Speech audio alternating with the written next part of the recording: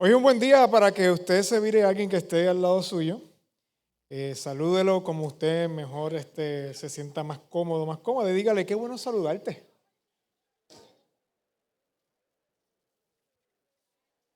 Hay dos o tres que no son los sinceros. Vamos a llevar esto a otro nivel. Yo sé que está medio oscurito, pero se puede porque lo intenté. Ahora usted busque a alguien, haga contacto visual con alguien al otro lado del salón y saluda. Hágalo así de lejito, hágalo así. Ahí está, ¿ven? Seguramente esta fue la conexión más honesta que usted ha tenido en toda la semana, seguro. Porque es la más difícil. Hoy continuamos con la serie El comienzo de alguien nuevo. Y si usted se fija, esta serie ha durado varios domingos y durará varios domingos más. Sin embargo, el domingo pasado nosotros entramos a una parte de esta serie o esta parte de este camino donde comenzamos a tomar una mirada hacia el pasado. Jesús nos invita a tener una mirada hacia el pasado y hoy vamos a seguir con esa línea de pensamiento observando nuestros patrones relacionales, esas tendencias con las que nosotros nos relacionamos con las demás personas que, como bien vimos en la semana pasada, viene muchas veces dictada por nuestra familia de origen. Y es importante que sigamos viendo todos estos patrones, que sigamos dando una mirada honesta hacia el pasado, porque como hablamos la vez pasada, nuestro presente y por ende nuestro futuro sigue siendo formado por nuestro pasado.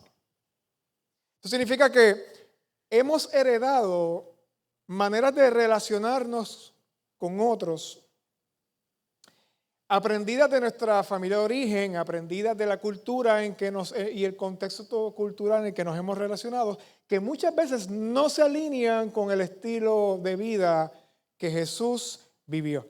Y como discípulos de Jesús que anhelamos vivir una vida basada y a base del estilo de vida de Jesús, pues entonces es importante que hagamos el ejercicio que hemos estado haciendo desde la semana pasada de mirando hacia el pasado, que de hecho vamos a aprovechar donde nos quedamos la semana pasada y vamos a hablar de José. ¿Okay? La semana pasada, si usted no estuvo, básicamente estuvimos mirando la familia de Abraham, Isaac, Jacob, los hermanos de Jacob, José, y vimos cómo había una tendencia de comportamiento, había unos pecados heredados que se siguieron corriendo de generación en generación, y José, al igual que sus hermanos, también estaba expuesto a arrastrar las mismas pecados, las mismas tendencias, particularmente tendencias en las relaciones. Así que vamos a ver la historia de José, vamos a hacer un pequeño resumen de donde nos quedamos. José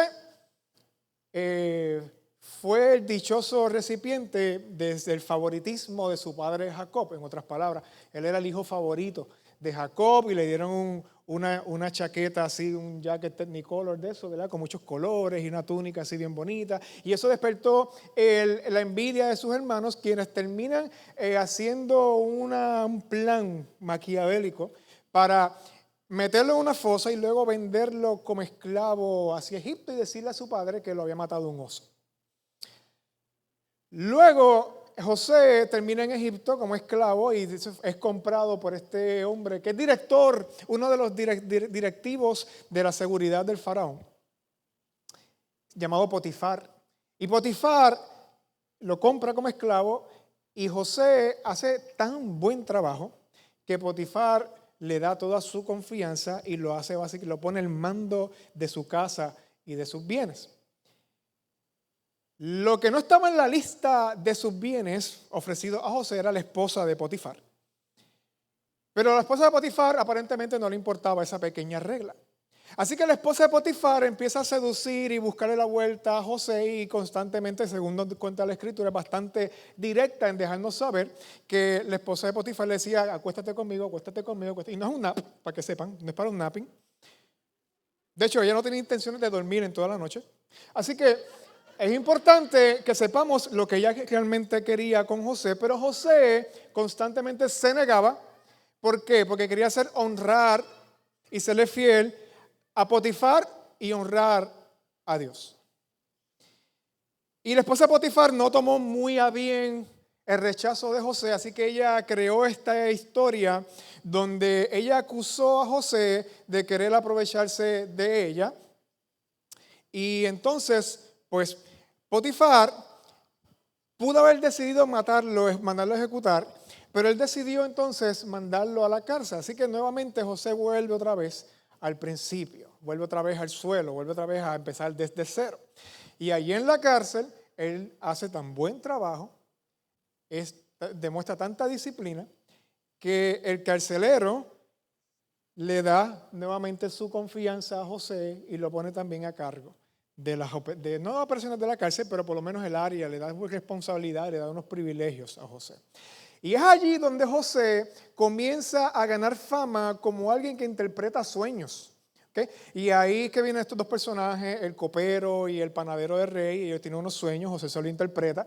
Uno salió bien, el otro se lo medio trasquilado, pero el que salió bien, eventualmente le deja saber al faraón que había alguien en la cárcel que interpretaba sueños, lo cual era sumamente oportuno, porque el faraón estaba batallando con unos sueños que constantemente tenía, pero él no sabía qué significaban. ¿Usted le ha pasado que tiene unos sueños y usted empieza a buscarle significado porque está bien extraño que lo siga teniendo una y otra vez?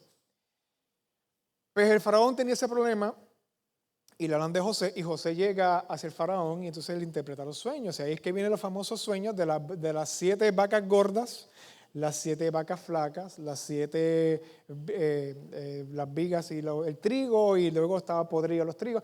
Entonces él interpreta que representan 7 años de abundancia y luego 7 años de pobreza. Y lo que el consejo de José fue, mira, necesita entonces sacar una estrategia para aprovechar los 7 años y entonces no solamente sobrevivir los 7 años de hambruna, sino también saber utilizarlos a tu favor para que también se convierta en abundancia para Egipto. Y entonces Faraón dijo, perfecto, pues hazlo tú. Y entonces lo pone como segundo al mando en la historia, en la ciudad en Egipto, en el país de Egipto. Así que estaba el Faraón, José y el resto de la jerarquía de Egipto. Y allí es donde básicamente el autor del libro de Génesis, en el capítulo 41, verso 45 al 46, y luego vamos a leer el 50 y el 52, nos expresa lo siguiente. Vamos a buscarlo, vamos a verlo juntos. Bien, no, por aquí leo mejor. Ok, entonces le dice, y le cambió el nombre a José y lo llamó Safenat Panea, ¿verdad? Para los que van a tener hijos, que están buscando nombre para sus hijos. Además, le dio por esposa a Asenat, hija de Potifera, que no es Potifar, esto es otra persona, que de hecho este señor es sacerdote de la ciudad de On. De este modo quedó José a cargo de Egipto, tenía 30 años cuando empezó a trabajar al servicio de Faraón, rey de Egipto. Continuamos leyendo el 50 y el 50 en adelante, exacto. Muy bien, dice, antes de comenzar el primer año del hambre, o sea, ya habían pasado los 7 años de abundancia, José tuvo 2 hijos con su esposa Asenat, la hija de Potifera. Al primero le lo llamó Manasés, porque él dijo, Dios ha hecho que me olvide de todos mis problemas y de mi casa paterna. Grábese eso, grábelo por ahí en una esquinita. Y el segundo hijo lo llamó Efraín, porque dijo, Dios me ha hecho fecundo o fructífero en esta tierra donde he sufrido. Escúchame bien, usualmente la historia de José la vemos como una historia que es de superación. Alguien que empezaba desde cero y se fue levantando hasta que llegó a un lugar súper privilegiado. O la vemos como si fuera la historia típica de las novelas mexicanas, que es alguien que le hicieron mal y después como que tuvo justicia al final y se desquitó y qué sé yo. Pero esta historia, aunque tiene esos elementos, es mucho más que eso. Y cuando vemos a José nombrando a sus hijos y viendo de una manera u otra cómo él sella esa etapa de la historia de él con el nombre de los hijos, nos vamos dando cuenta, o el autor nos da una pista clara de que esta historia es realmente una historia que nos narra de cómo Dios sanó y liberó a José de su pasado. Y es importante que lo podamos ver de esta manera porque cuando él dice sanó y liberó a José de su pasado, también entonces nos quiere dejar saber de cómo Dios quiere hacer lo mismo contigo y conmigo. Y me gustaría invitarte a leer y explorar la segunda parte de la historia de José, porque el autor nos acaba de dar que va a haber un giro. Ya se acabó la historia de superación, ahora vamos a ver cómo realmente está operando debajo de la escena lo que Dios realmente estaba haciendo, que es una historia de sanidad, una historia de libertad. Y mi oración en esta mañana es que esta historia no solamente te inspire, pero también hable y te haga ver los puntos ciegos donde necesitas ser sanado y necesitas ser liberado. Tal como José lo está a punto de experimentar y vamos a verlos juntos. Y lo primero que ocurre en la historia, en esta segunda parte que vamos a ver de la historia de José, es que José logró dejar atrás los conflictos de su familia de origen. Vamos a verlo en el capítulo 42 del libro de Génesis 1 al 6. Son versículos, pero vamos a verlo con un buen ritmo y usted va a ver lo importante que es esto que vamos a ver. Cuando Jacob se enteró, obviamente fuera de Egipto, de que había alimento en Egipto, le dijo a sus hijos: ¿qué hacen ahí parados mirándose unos a otros? Me enteré que hay alimento en Egipto, así que vayan y compren comida para nosotros para que no muramos, sino que podamos sobrevivir. 10 de los hermanos de José fueron a Egipto a comprar alimento. Pero Jacob no dejó que Benjamín, el hermano de José, que era el más chiquito, el número 12, se fuera con ellos porque pensó que podría sucederle alguna desgracia. Vamos a hacer un paréntesis. Cuando José se desaparece, ¿verdad? O para efectos de Jacob, José muere, el título de hijo favorito pasó de José a Benjamín. ¿Okay? Y lo sobreprotegía y lo engreía y yo no sé qué más. Así que aquí vemos nuevamente en acción ese favoritismo que Jacob tenía con este caso con Benjamín. Así que como que si algo va a pasar, que ustedes se echaban, pero el nene no. Así que fue así como los hijos de Israel fueron a comprar alimento, al igual que otros, porque el hambre se había apoderado de Canaán. Seguimos leyendo y dice: José era el gobernador del país y el que vendía trigo a todo el mundo. Y cuando sus hermanos llegaron ante él, se postraron rostro en tierra. Y vamos a explicar un poquito de contexto que nos explica más la historia, pero para efectos de tiempo estamos dando lo que nos mueve hacia adelante en la historia. Los hermanos de José no sabían que a quien ellos estaban postrándose delante de sus pies era el hermano José a quien ellos vendieron.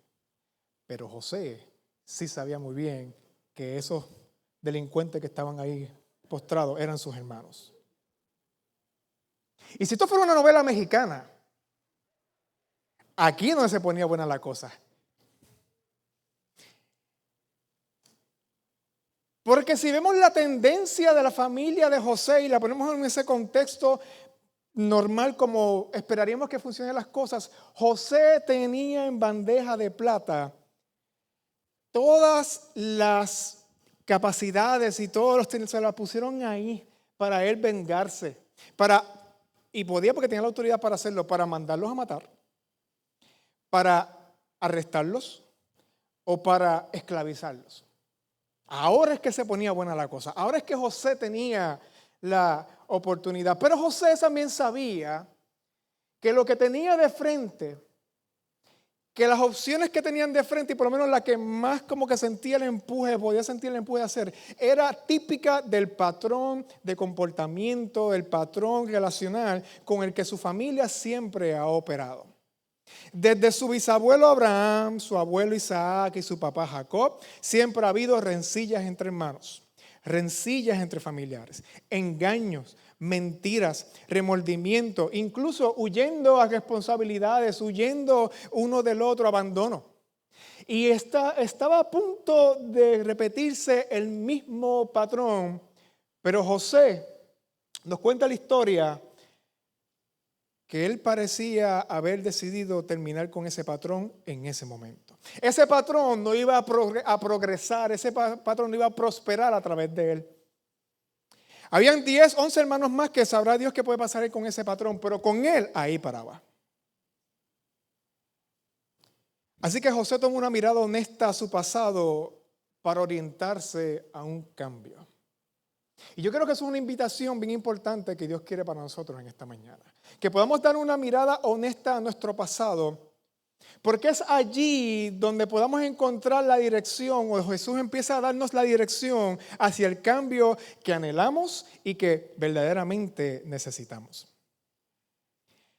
Así que en la historia vemos cómo José, en lugar de matar, arrestar o esclavizar a sus hermanos, les da el grano y los manda a que vayan felices de nuevo a casa de su padre. Se quedó callado, pero les dio el grano y se fue.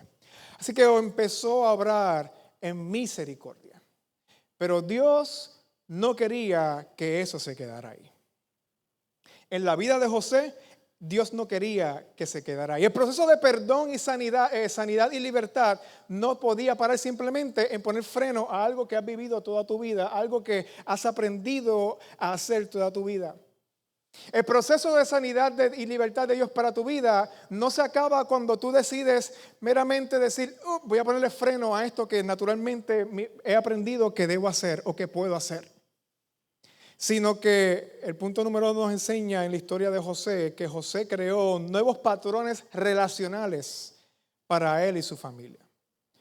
Dios no se conforma con simplemente ponga freno a los patrones dañinos que has aprendido, sino que te invita y nos reta a crear nuevos patrones relacionales en nuestra vida. Génesis 45, 1 al 7, miren lo que ocurre. La próxima vez, la segunda o tercera vez, que los hermanos vuelven otra vez hacia Egipto a buscar comida y se presentan ante José. Pero esta vez ya José se le hacía difícil porque ya no era simplemente el reto que Dios le estaba dando, no era simplemente darles el trigo y vete, no. Nuevos patrones. Y si poner freno a los patrones viejos es difícil, crear patrones nuevos es sumamente difícil. Y usted y yo lo sabemos. Porque muchos de nosotros hemos tratado y hemos fracasado en el intento. Miren lo que ocurrió. Y José no pudo controlarse delante de sus servidores, así que ordenó que salgan todos de mi presencia y se quedó solamente con sus hermanos. Y ninguno de ellos quedó con él. Cuando se dio a conocer a sus hermanos, comenzó a llorar tan fuerte que los egipcios se enteraron y la noticia llegó hasta la casa del faraón. El tipo lloró bien duro, ¿sabe? Para que eso se escuchara hasta allá abajo. Seguimos leyendo. Yo soy José, les declaró a sus hermanos. Vive todavía mi padre. Pero ellos estaban tan pasmados que no atinaban a contestarle. O sea, ellos estaban en shock, estaban perdidos completamente. No obstante, José insistió, acérquense. Esa palabra es bien importante. José insistió, acérquense. Cuando ellos se acercaron a él, añadió, yo soy José, el hermano a quienes ustedes vendieron a Egipto. O sea, todavía son responsables, hay una responsabilidad. Esto ocurrió y no tapamos el cielo con la mano. Seguimos leyendo y dice, pero ahora, por favor, no se aflijan más, ni se reprochen el haberme vendido, pues en realidad fue Dios quien me mandó delante de ustedes para salvar sus vidas. ¿Cuántos aquí tienen la capacidad de decirle eso a quien te ha ofendido, a quien te ha dañado? Quiero tocar un tema, pero quiero terminar de leer esto. Espérense.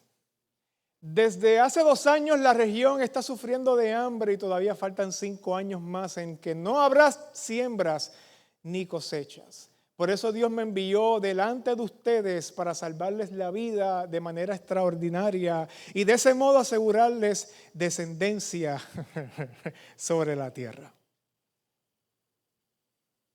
Miren, desde antes de ese momento ya José venía sembrando nuevos patrones relacionales. Un ejemplo bastante básico y bastante rápido que podemos identificar es que, según lo que registra el libro de Génesis, tuvo una sola esposa, que con quien tuvo a sus 2 hijos, Manasés y Efraín. Mientras que sus padres, sus hermanos, sus abuelos, sus bisabuelos tuvieron varias concubinas, varias esposas, etc. Así que ya ese patrón empieza a ser arreglado. Luego, otro patrón que José hizo fue el patrón de eliminar el favoritismo entre los hijos. Porque su abuelo, su bisabuelo y su papá cogieron de esa misma pata. Y él dijo, no señor. A los dos les puso nombres que significaban algo, una bendición, o les recordaban la bondad de Dios en su vida. Y esto es muy importante que lo entendamos porque vemos nombres en la Biblia que fueron puestos a algunos personajes de la Biblia y que le recordaban a sus padres el dolor que pasaron, la frustración que pasaron, el mal rato que pasaron. Sin embargo, José a ambos de sus hijos le puso nombre de la bendición y que les recordaran la bondad de Dios. ¿Cuántos aquí necesitamos entonces comenzar a cambiar patrones y hablarle bendición a nuestros hijos? Quizás la bendición que nosotros no recibimos. Quizás la bendición que nosotros no escuchamos de nuestros padres. Y a lo mejor dice la manera en que puedes sanar y ser libre es que tú empieces a cortar la maldición que tus padres y de hablarle maldición a tus hijos y cambiarlo por hablarle bendición a tus hijos. Y no estoy diciendo que le cambies el nombre a tus hijos. Si se llama Pepe, déjale Pepe. Pero lo que tú dices de Pepe tiene que cambiar. El decirle que es terco como su padre tiene que cambiar. El que dice es vago como su abuelo tiene que cambiar. Y es hora de empezar a hablar bendición a nuestros hijos. A pesar de que nosotros no tuvimos ese lujo.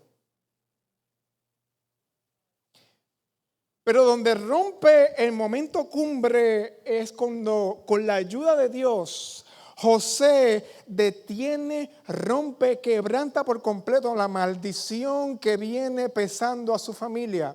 ¿Y cómo lo hizo? Primeramente es importante lo que él hizo. Él tuvo una mirada honesta al pasado. No se puede lograr una reconciliación si no hablamos honestamente, claramente de lo que nos hirió, de lo que hicimos y de lo que no hicimos. Es que no, porque tú sabes aquella vez. No, habla claro. José dijo, ustedes me vendieron. Ustedes me vendieron. Pero no se preocupen, es claramente esto fue el factor que trajo división, que trajo dolor y que trajo heridas. Luego José comienza a revelar quién él era con el esfuerzo de iniciar un proceso de reconciliación. Nuevamente, no podría darse un proceso de reconciliación bajo la máscara del gobernador, bajo la máscara de poder, bajo la máscara de autoridad. La verdadera reconciliación y el verdadero perdón que cambia patrones relacionales se da de una perspectiva, de una plataforma de vulnerabilidad, donde ambos estamos en la misma mesa y en el mismo nivel y podemos hablar juntos y podemos ser transparentes aunque duela, aunque incomode. Porque mira que honesta es el autor cuando nos dice que el llanto de José se escuchaba hasta la casa del faraón. Vemos una persona que se despojó de su autoridad y su poder para tener un proceso de reconciliación. Y muchas veces lo que nos aguanta y nos roba el proceso de reconciliarnos con nuestras familias, con nuestros padres, con nuestros esposos, esposas, con nuestros hijos, es que queremos hacerlo desde un punto de vista de linaje escogido, nación santa, pueblo adquirido por Dios. Que extienda misericordia a este pecador inmundo. Cuando la Biblia nos enseña que aún el mismo Jesús, que by the way, José es modelo de lo que hizo Jesús en la cruz en el Nuevo Testamento. Aún el mismo Jesús, dice Pablo, que se despojó de su corona.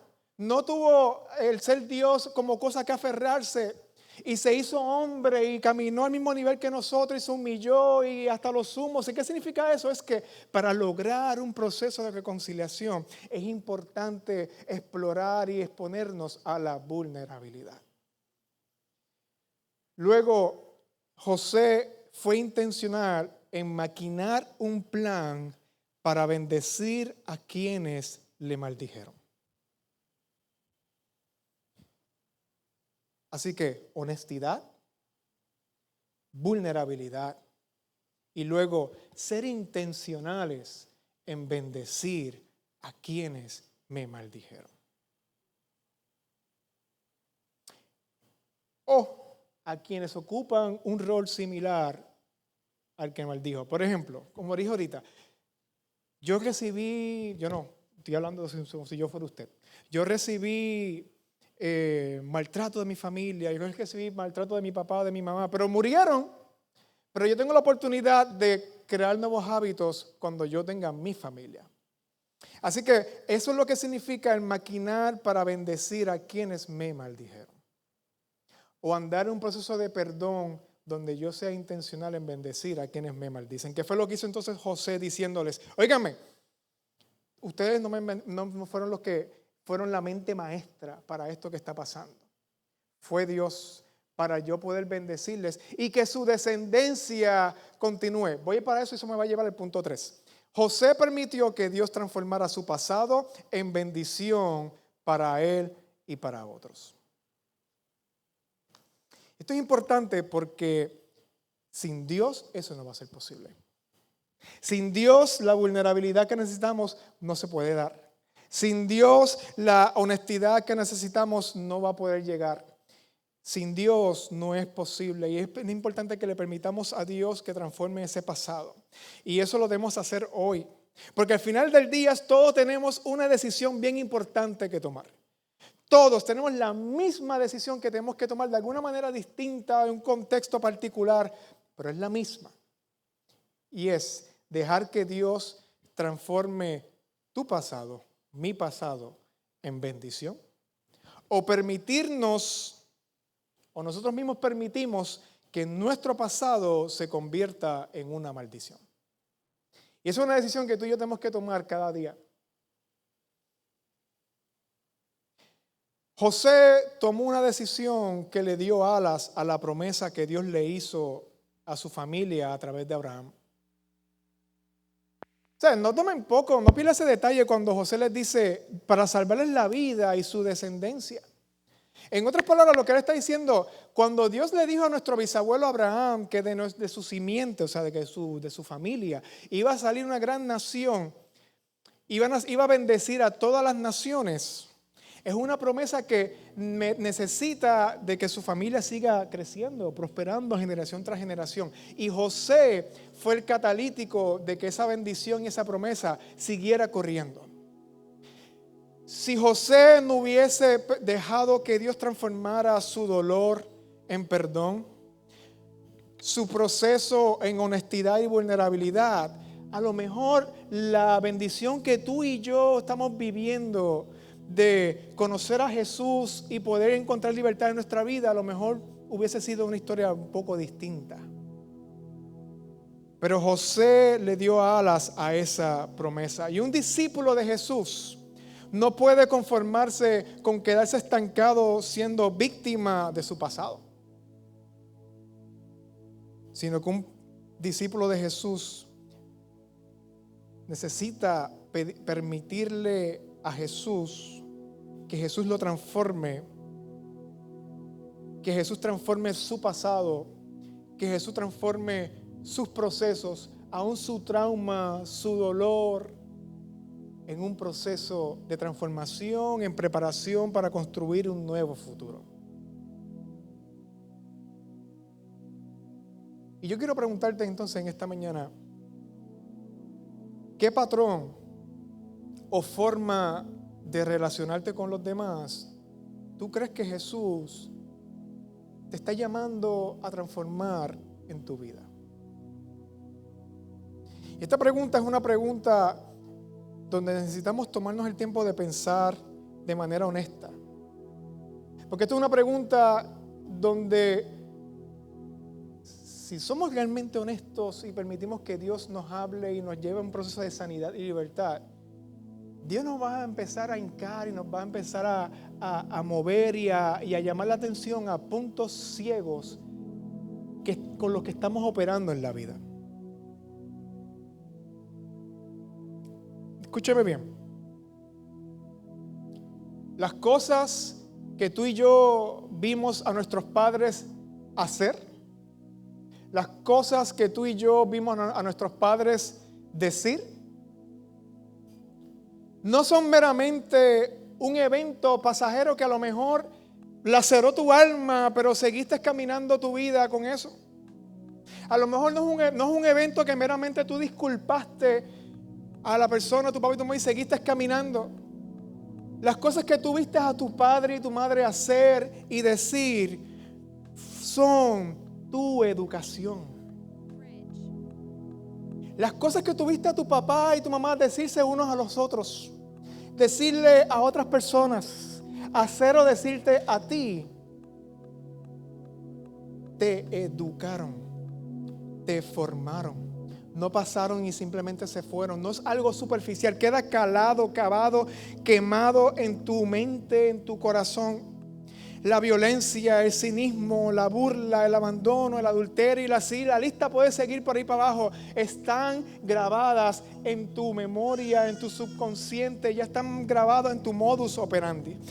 Tú no puedes simplemente decir, y lo hemos dicho porque yo lo he dicho, tú y yo no podemos simplemente decir, yo no voy a hacer esto que papi y mami hicieron. Y llena el blanco. Llena el blanco. Yo no voy a ser infiel como fue papi o mami. Yo no voy a ser tan violento y tan hostil y golpear a mis hijos como hicieron mi papá y mi mamá conmigo.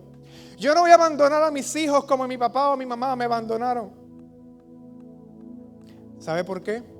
Porque está tan grabado en nuestro sistema que aunque tú no hagas esa acción en particular, tú no sabes otra cosa, otra manera de manejar ciertos momentos de frustración, de estrés, de ansiedad, de dolor.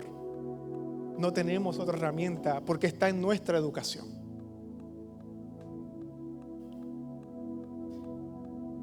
Y es por eso que Jesús quiere mostrarnos los puntos ciegos. ¿Y sabes qué es lo que Jesús va a hacer para mostrarnos los puntos ciegos? Nos va a invitar a la compasión. Pastor, pero no es perdón. Sí, pero primeramente, compasión. Porque lo que pasa es que tenemos que tener cuidado de no confundir la disculpa con el perdón. La disculpa es como que lo dejamos atrás y lo pusiste en una caja, en un closet, donde si darte cuenta todavía echó raíces. Pero la compasión te lleva a observar las cosas de una manera más profunda. La compasión nos lleva a ver lo que hizo tu papá o lo que hizo tu mamá de una manera distinta. La compasión te deja llevar que cuando tu mente vaya a la escena cuando tu papá levantó ese golpe, tu papá o tu mamá levantó el puño, si es tu mamá levantó la chancleta,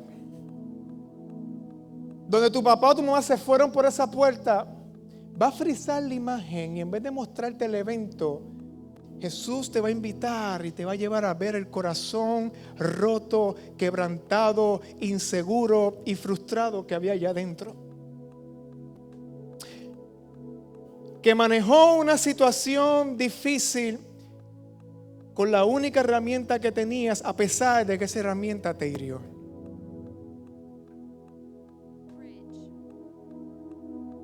Y esto es bien importante porque cuando vemos más allá del evento, cuando vemos más allá del trauma, del golpe, de la desaparición, de la infidelidad, nos vamos a dar cuenta que tu papá y tu mamá lucharon con sentimientos, con dificultades que tú luchas hoy día.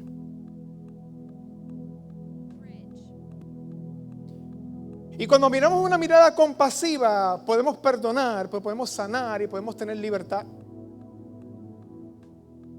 Cuando vemos que la infidelidad es fruto, y no la justifica nada, pero cuando vemos que la infidelidad puede ser fruto de sentirse abandonado, de sentirse solo, cuando vemos que la violencia es fruto de sentirse impotente, de sentirse frustrado, de sentirse cansado, cuando vemos que el abandono es fruto del miedo, de la inseguridad y de la vergüenza, nos damos cuenta que todos luchamos con eso. con vergüenza, con frustración, con dolor. Y es bueno verlo porque cuando podemos verle el fruto de la acción, podemos entonces no solamente operar en perdón, pero podemos encontrar y pedirle a Jesús: Dios, dame herramientas distintas a las que me enseñaron. Y te puedes dar cuenta que aunque tú en tu frustración, en tu impotencia, no levantaste un golpe a tus hijos, a lo mejor verbalmente los seguiste lastimando con violencia.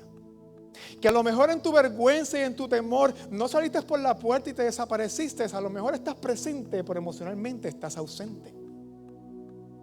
Y a lo mejor en tu sensación de soledad, a lo mejor allí tú decidiste que no te vas a acostar con otra persona, pero a lo mejor dejaste de estar presente y vincularte emocionalmente con tu esposo o con tu esposa. Entonces, cuando miramos más allá de la acción y empezamos a ver una mirada compasiva al corazón, nos damos cuenta que podemos estar en los mismos zapatos y empezamos a encontrar cómo Jesús nos quiere llevar a hacer dos cosas bien importantes. Número 1, perdonar. Y número 2, nos va a llevar a pedirle a Dios nuevos patrones. Y yo creo que esto es una promesa con la que quiero cerrar, que tú te lleves esta mañana. Dios, Jesús, quiere darnos nuevos patrones. Y si nos paramos en lo que yo acabo de decir, que venimos de una educación que está ya escrita parece estar escrita en piedra, talada y pulida en nuestros corazones. Jesús tiene una promesa en 2 de Corintios, a través de la pluma de Pablo. 2 de Corintios 5, 17 al 18, y dice: por lo tanto, si alguno está en Cristo, y no solamente estamos hablando de si tú eres discípulo, seguidor de Jesús, es importante, pero también si permites que Jesús transforme tu pasado en un futuro nuevo. Nos promete que si alguno está en Cristo es una nueva creación. Nueva creación. Lo viejo ha pasado y ha llegado ya lo nuevo. Todo esto proviene de Dios, por quien por medio de Jesús nos reconcilió consigo mismo y nos dio el ministerio de la reconciliación. Lo viejo ha pasado. Tu educación con la que creciste y fuiste formado y formada puede pasar para darle espacio a cosas nuevas. El historial de trauma, de violencia, de rencor, de mentira, de burla, de abandono puede pasar. No te tiene que condenar, no te tiene que amarrar, no tiene que tomar diferentes formas en tu vida. Puede tener un alto por completo y dar paso a lo nuevo a través de Jesús.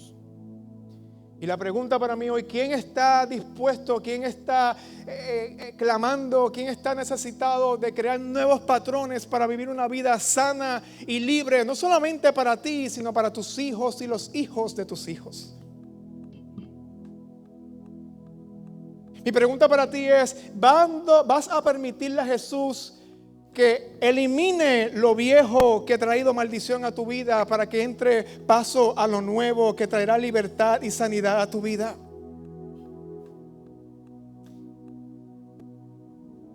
Y si hoy no conoces a Jesús, quiero dejarte saber que la primera mirada compasiva y la mirada de perdón es la que Jesús quiere darte a ti hoy en tu vida. Si a lo mejor tú dices: pero es que yo he sido emisario de maldición, yo he sido alguien que ha regado maldición y dolor a mi familia. Jesús quiere darte una mirada compasiva y de perdón para que también puedas sanar y puedas tener libertad tú y tu familia. Así que mi invitación esta noche primeramente es ponernos de pie. Ponernos de pie. Y dije esta mañana, es esta mañana. No he predicado tan largo. Vamos, pónganse de pie.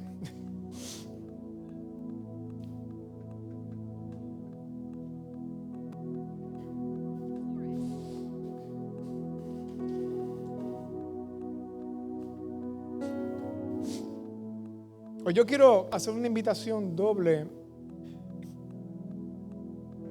a los que conocen y no conocen a Jesús. Y es una invitación a recibir y dar compasión y perdón para crear un futuro nuevo, para darle espacio a algo nuevo. Yo quiero que mi invitación es que cuando pases al frente y sientas el llamado del Espíritu Santo a pasar al frente, nosotros podemos acompañarte en oración. Van a haber líderes aquí esperándote para orar contigo. Y te van a hacer una pregunta, escúchame bien, líderes, van a hacerte una pregunta. Te van a preguntar cómo quieres que te acompañen esta mañana.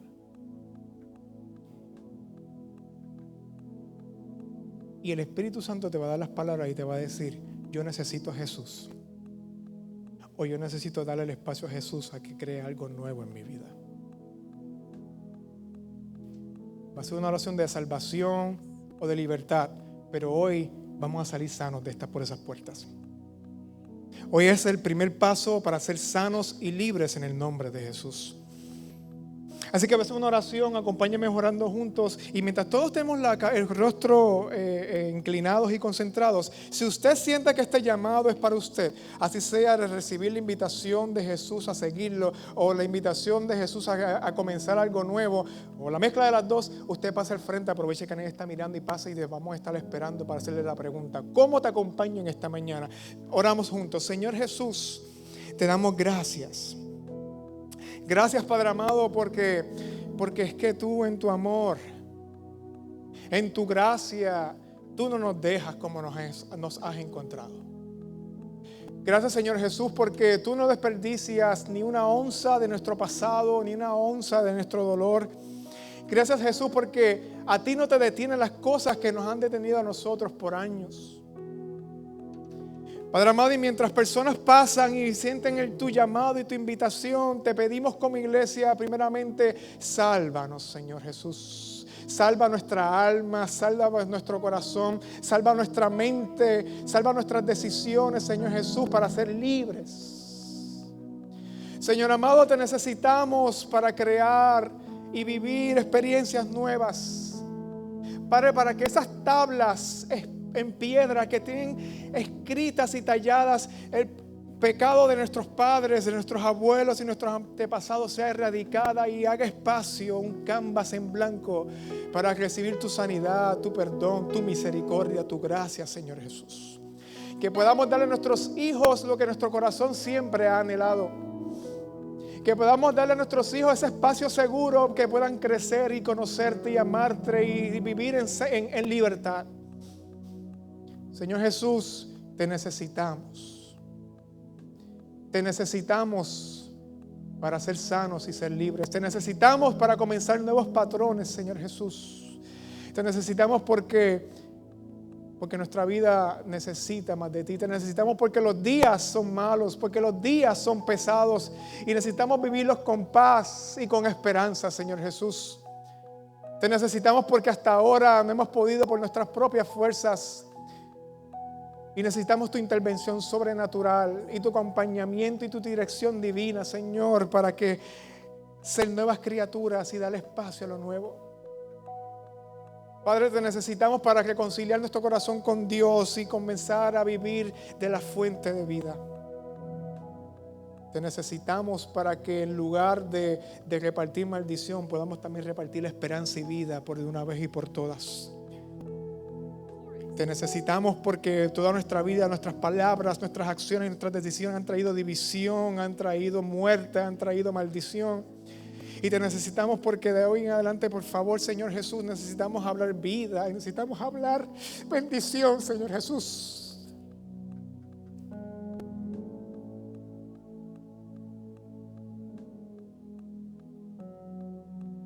Hay personas que han sembrado tanta división que la soledad los carcome. Estoy hablando de un corazón que la soledad lo está matando. Y ha sido fruto de sus propias acciones y sus propias decisiones. Y me has escuchado toda esta media hora que yo he hablado y me estás pensando, pero eso es a mí. Pero si tan solo tú miraras hacia arriba, y acepta la invitación de Jesús, vas a ver cómo toda tu vida puede ser hecha nueva. En un proceso que estará llena de altas y bajas, pero tu vida será hecha nueva. Donde de una vez y por todas podrás encontrar la bendición de hablar vida y sentir cómo te eres rodeado de comunidad y por fin no estarás solo, no estarás sola.